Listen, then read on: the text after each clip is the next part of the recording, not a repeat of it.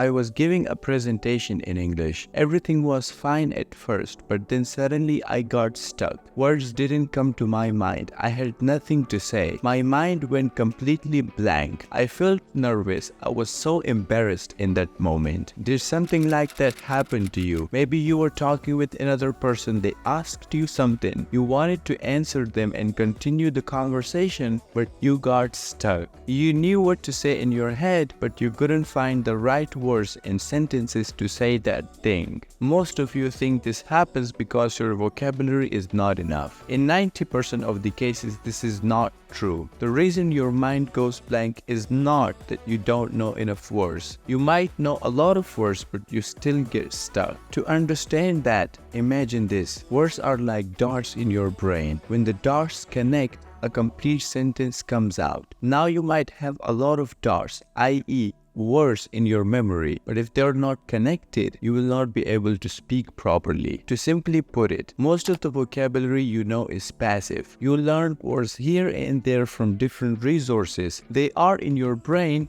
but you don't use them. That's why they stay in there unused or passive. To make your vocabulary active, you have to understand certain principles and apply them on your learning process. The first principle is simple. Don't translate. In speaking, you don't have a lot of time. When someone asks you a question or says something to you, you have to respond right away. They're waiting for your response. You don't have the time to translate sentences from your native language to English and then say them out loud. Even if you manage to translate quickly, there are certain words and idioms that cannot be exactly translated. And that's where most people get stuck. They cannot translate what they want to say, so their mind goes completely blank. I have seen some English language academies in which the teacher says a sentence in his native language and the students translate their sentence to English and repeat after their teacher. Their translation was good and fast, but when those same students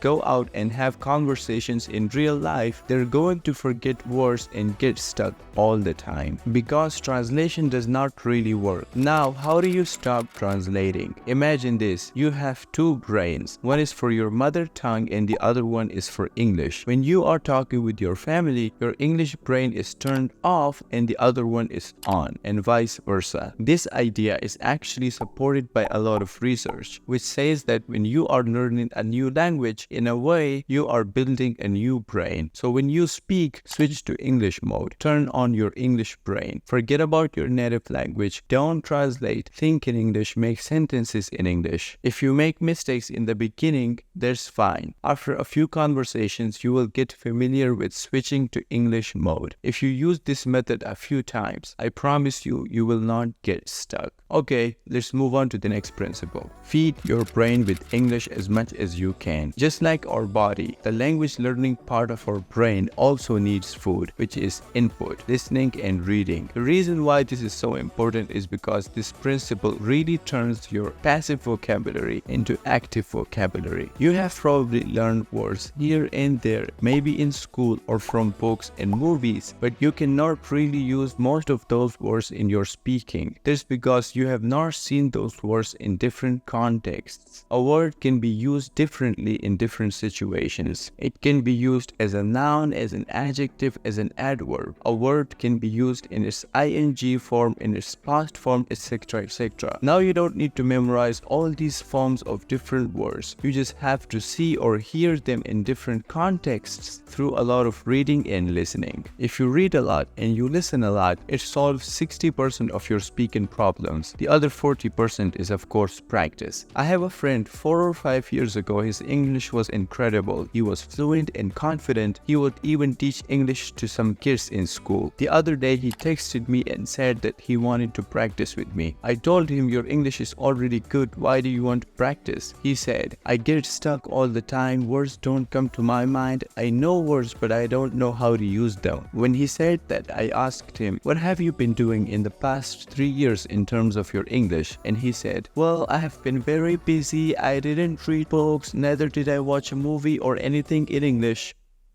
If you stop reading and listening, how do you expect yourself to be fluent and effortless? So feed your brain with English as much as you can by reading different books, by watching movies and TV shows, and by listening to podcasts. Okay, let's move on to the next principle. Getting embarrassed is good. You might think I'm crazy for saying this, but you getting stuck, your mind going empty, you feeling nervous, it's all part of the journey. This happens to every single person who goes through the process of language learning.